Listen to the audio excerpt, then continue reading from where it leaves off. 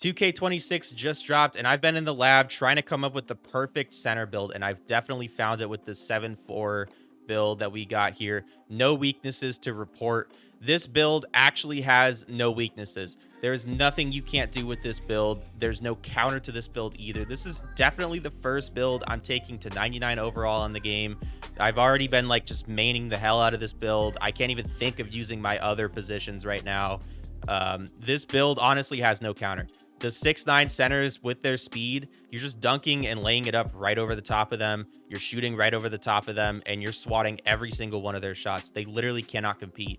They will not get to their spot any faster and provide any competition to you at all. The 7-foot pure inside centers, they have to guard you on the wing because you have too much of a outside presence, and that's going to free up the entire painted area for your team. You're going to be racking up those assists. You're going to be popping in those threes. This build genuinely can do it all. You can see right there, passing it all the way down the court. This build can shoot. This build can dunk. This build can work in the post. This build can play insane defense and control that painted area. All right, so we're going to jump straight into the build here, but I just wanted to highlight how many different bigs I've made in the builder already this year. I was really looking for like the perfect, most balanced big that can really do it all without like struggling anywhere. I've definitely found it, and I just, I wanted to spend some time researching this before anybody went and spent a bunch of VC on a build. Y'all know you are not getting that money back when it comes to putting VC into a build, so it's important to get it right the first time. We got it right. We're jumping straight into the builder. All that stuff does not matter. You can set it to whatever you prefer. Going center, of course, 7'4" on the height, 7'5" wingspan, and then the weight, we're dropping it to a 232, which is going to get us a bunch of that speed back. I think the weakness on these giant builds, in 7'3s in the last few games, 7'4" now, the main weakness is that speed. But if you drop your weight, you still have respectable strength down low to where you're not going to get shoved around, pushed around, bullied, but you're also able to get up and down the court in transition. All right, so jumping straight into the builder here, we are maxing out our physicals, going all the way up to 81 strength, and then 73 vertical, which is really important for this build. We get that silver pogo stick, which is just kind of a nice, crutch for all of us to lean on. Doesn't matter if you're comp player or brand new to the game. We all, mistime our jumps here and there. Having that pogo stick is really nice to recover. And then also 73 vertical on a 7'4" build with a 7'5" wingspan. You're jumping over everything. Like every single rebound is yours. Every single, like close shot in the paint or like standing dunk attempt is yours. Like there's nobody that's going to be able to actually contest you for any of that stuff with this 73 vertical. And then we're going to next up do our standing dunk. We're going to put this to a 94. You are going to cap breaker this to 95 to get that Hall of Fame rise up, which is just going to mean like you're dunking over everything. As long as you can get into that animation, which that purple rise up helps you do, you're going to be living in that paint. We're going to bring our close shot up to an 84 to get silver paint prodigy, and then as well as silver float game. This just kind of helps you for that margin of error if you get bumped off your animation or whatever by, a strong player or whatever, or a late contest. This kind of just helps you still be able to salvage that and score on that possession. Driving layup, this is definitely optional. I went 70 here to get that physical finisher. You could kind of put that into driving dunk instead, but I don't think it really matters. I see a lot of people miss their layups this year because of the pure timing now. I feel like going 70 kind of eliminates that margin for error for everybody. I am one of those people who misses their layups on occasion, so getting 70 driving layup here definitely helps out. Again, though, kind of optional. Next up, we're going to bump our three-point shot up to an 87. That's going to get us bronze limitless range, but the more important things is that silver deadeye and that silver set shot. You are the ultimate popper here with 87 three-point shot on probably the easiest 2K we've ever had when it comes to shooting. I do anticipate they're probably going to nerf shooting, or at least like change shooting to where it might be a little bit more challenging. So having that 87 just kind of future-proofs it in case they do decide to nerf it. I don't know if they do or don't, but you want to just kind of be safe there. Not to mention on a big build, like shooting costs nothing. Like we lose one attribute point, or I guess reclaim one attribute point to use if we drop it from an 87 to a 72. It costs nothing to put three-point shooting on a big build, so you may as well do it there. Post control, we're going to bring that up to a 79, and then we're going to bring our mid-range shot up to an 80. That unlocks post fade phenom on gold. Not to mention, as a big build, you're not going to be doing a whole lot of attacking off the dribble, so just being able to catch, get into the post, take those post fades, or just catch and shoot in the mid-range still kind of unlocks that third level to your offense there, which I think is really important in this game. Being able to score from any area on the court is, just definitely adds different elements to you as a player. Free throw is going to go up to a 75 this year with the pure green or miss on free throws. I feel like, you know, you definitely have to have a little bit in the free throw. You don't really need to max it out. I'll show you the animation I use to green all my shots with a 75 free throw if you're not great at free throws. But I feel like this is, you know, kind of the happy medium there where you're still going to probably be able to shoot 80-90% from free throw, only miss like when it lags or if anything weird happens. Next up, pass accuracy is going to go up to a 75. This year, I feel like I don't see a major difference between 87 pass accuracy to get that gold break starter and 75. I've played with dudes who have 87 to get their gold break starter, and they perform literally the exact same as me on a 75. This gets us a couple cool different pass styles as well, which is nice to have for a big. I just don't think 87 pass accuracy is really necessary. Now, what you could do if you're kind of apprehensive, a little nervous about that, you could bump your pass ac up to a 77, which gets you silver versatile visionary immediately, which is kind of nice to have. And then you could cap breaker up to a 87 pass accuracy to get gold break starter later on. It takes you 5 cap breakers. I went 75 though, and I rarely have anybody bobble the ball on my passes down the court in the outlet, and I never have those turnovers where my player just throws the ball into the stands.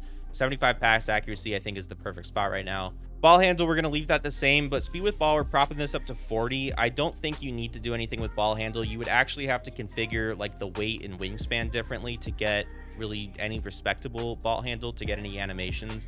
The Giannis animations are at a 65 ball handle, which our max here is 62. So it's not even really worth doing here, especially not when your max speed with ball is 43 anyways. It's just pointless. So I went 40 speed with ball here. I still bring the ball of the court sometimes. And then with bronze unpluckable, and this year there really aren't a whole lot of plucks anyways.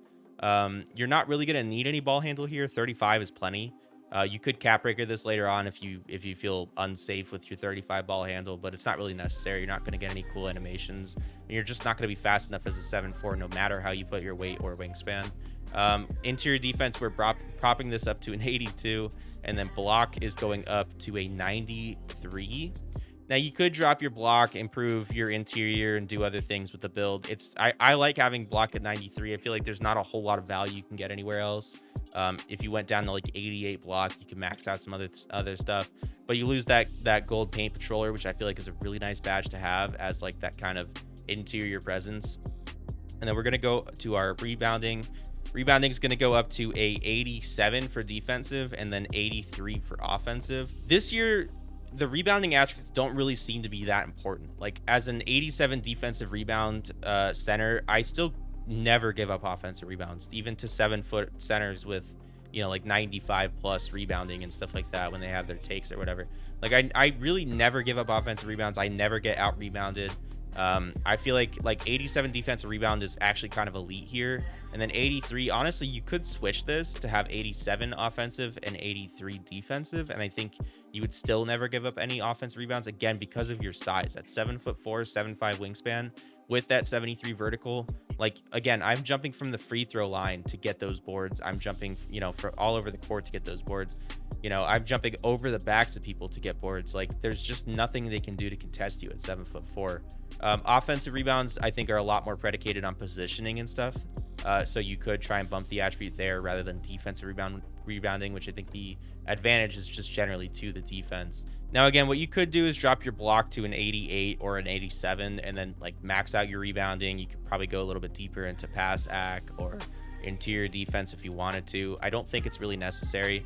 I like having 93 block. I'm able to kind of jump from pretty much like the edge of the paint to the 3-point line and like smack shots down there. I'm able to like kind of play help defense on the perimeter too.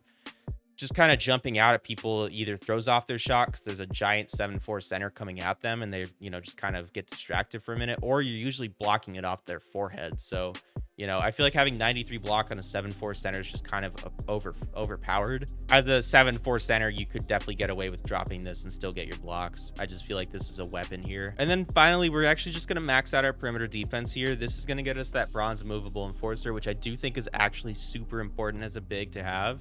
It kind of helps you bump guards in the fast break if they're trying to drive on you. It definitely helps you when like centers are trying to do their thing against you. I actually max +2 this, and so I get gold movable enforcer, which I think is so important to have. 62 is the minimum threshold to start it, so it's definitely important to get your perimeter defense up to a 62 so you can have that. We do have a few extra points here. I went and put them +1 into ball handle. You could go +3 into free throw if you want to do that. It's not really worth going +1 into steal here, and it's not worth configuring this build to get any steals, because even then the max steal you can have is a 54, which still doesn't get you any of the badges. Honestly, being as big and long as you are in general, you're still going to get those lanes as long as you stick up your hands or just try and play those lanes in general. With 38 steal, you'll still knock the ball around on occasion. Again, I went 36 ball handle. You could go +3 in the free throw if you want to do that. It doesn't really matter. It's not really going to help you too much either way. But then we can see here we get shades of Porzingis, Wemby, and Marc Gasol, 3 very cool centers to be kind of reminiscent of. And then you can see there in the bottom right, no big weaknesses to report. And this is the full build once again, if you want to pause it here just to copy it. So this is our cap breaker menu. Again, you got to go +1 to get that purple rise up on standing dunk. And then with 3 other cap breakers, you can get your post control up to an 87, which will get you silver unpluckable. If you want to go that route, you could get your pass ac +10 with 5 cap breakers, which, you know, if you go 77 pass accuracy in the builder, you can get your gold break starter. Again, I don't think it's really necessary or worth it to do. But, you know, this is your cap breaker menu, you know, in a nutshell. You're pretty maxed out on a lot of these things, though, so you kind of have some flexibility with a lot of these cap breakers. And honestly, like, we're getting so many this year that, you know, you can kind of just do what you want to do with this. In the builder, I think the 7-4 build that we've created here is already about as broken as possible, so I don't think you really need to cap break a whole lot of these things besides standing dunk, which is an absolute necessity. If you're looking at your attributes here, I think the glaring spot where it's like, you know, maybe that's not good enough for me, or maybe you know, we're not going to be good enough here, is definitely the physicals. Obviously, you're going to be a little bit slower than, you know, those 7-foot centers and stuff like that, especially the 6'9" centers in like the park and whatever. And your strength is a little bit lower to contend with some of those 7-foot inside or pure inside centers and stuff. But again, I never get thrown off. Even with 81 strength, no take, I never get like thrown off position or get like backed down and bullied by a 7-foot center. Just being 7'4" with solid interior and great block, like even if they do back you down, which I feel like strength doesn't really seem to matter for backing people down unless you have that post defender or whatever badge. For your take here, I definitely recommend going powerhouse. It's going to get you +6 to speed, agility, and strength, meaning we'll be 67 speed, 52 agility, and then 87 strength. Not to mention that takeover ability, Hydration Hero, prevents adrenaline and stamina drain, meaning you can pretty much just turbo all up and down the court. I think the one spot where you do have a disadvantage is your physicals on this build, so having that takeover is pretty busted, meaning like I'm just speeding up and down the court, you know, matching the speed of my 7', 6'11" center matchup. And, you know, then you also have, you know, an additional 4 or 5 inches on top of them. These are our animations here. You're gonna have the basic dribble moves. You're a center, you're not really supposed to be dribble spamming and stuff, and it's not really effective as a center anyways. I come up on those 6'9", you know, dribble spam centers builds and stuff like that. They don't ever go anywhere, and with your 7'4" center, you can just swap their shot whatever they decide to do. Dribble style, we do unlock some bonuses, and then pass style, we get Wembanyama's like immediately just for free, but I decided to try out Sabonis's. They're both good. I like Wembanyama's a little bit more, but I'm going to keep running Sabonis for a little bit. Over here, some of our scoring moves, the ones I'm using, a lot of them I think are pretty consistent with last year and stuff. I use Nowitzki and Jokic's post moves for the most part, which are just kind of fun to use. They do create some solid space, and then at 7'4", nobody's contesting these. The Kevin Durant free throw animation is so butter. This is definitely the easiest one for me to run. You might have to experiment with yours, but I recommend this one. And then for the jump shot, this is courtesy of Switch DF on YouTube. He created this one, and I just kind of copied it, and it's working really well for me. Jonathan Isaac base with the Anthony Davis and Bielica uppers. And then the visual cue, obviously you're going to put this on whatever you use. I use release, and it's totally butter. Release speed, I put this on very quick because it's a very slow release as it is. And then animation blending is going to be 35-65. And then again, this is what it looks like with your badge perks and stuff like that. You know, if you're someone who buys, you know, level skips and whatever, if you just grind this up, again, I'm rocking the legend rise up and stuff, and then Hall of Fame rebound chaser. which I found this all to be crazy busted. Gold immovable enforcer is really nice to have. Gold dimer is nice to have, and then set shot and high flying denier in the clutch. But that is our build, man. Again, this thing is totally busted in all different like aspects of this game. Like, this is so much fun to run theater and park, and then even, you know, in the rec, I'm averaging like 25 and damn near 20 in the rec and stuff. Honestly, the limiting factor with this build is how often your teammates will pass you the ball. Like, you know, if you come up on those random rec teammates who just don't like to pass, you know, their bigs the ball, they want to just dribble spam, you're still going to score, you know, double digits easily by halftime, because you're going to get those boards inside and get those putbacks. But this is a build that could easily drop like 40, 50 plus, no problem, as long as you have, you know, a team that wants to feed you the ball. But even with my combination of random rec and running with my community on Twitch, shout out Carson Yaps on Twitch, we have the best 2K community in the world. But, you know, we were able to still put up 20 points a game with this build, no problem at all. You know, usually closer to 30. And, you know, I'm usually shooting 90%, because, again, that limiting factor is literally just our teammates. Let me know if you end up using this build, man. Like I said, there's no counter to this build. The small ball centers, 6'7", 6'9", 6'10", they can't outrun you. They just can't. There's not enough court for them to outrun you, especially not when you have your take. And the 7-footer pure inside guys, I mean, they're just going to get torched by you on the outside and stuff like that. You know, they're so easy to counter because you hang out outside and they can't do their thing inside. But definitely let me know if you end up using this build, what you think of it. If you have any thoughts or opinions, please let me know in the comment section. Give me any suggestions. If you have anything you want to see next, let me know. I definitely have some more builds I want to play around with. And then I have another build that I've actually already been using that I do plan on making a video pretty soon. But if you enjoyed this, you want to see more, definitely drop that sub, like, and comment if you want to see more. Appreciate y'all. Catch you next time.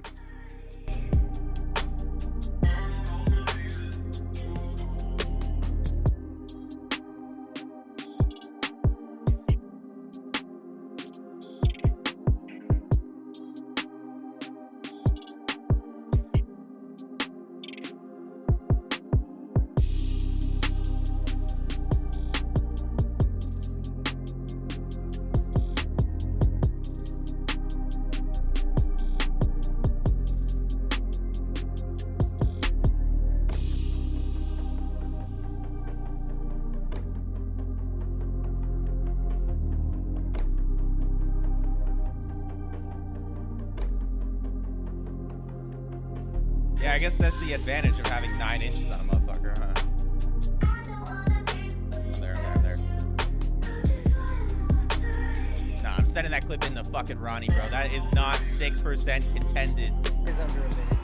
Like, just popped up. So that clutch thing comes on under a minute, I guess. Get in, ball. Oh my god.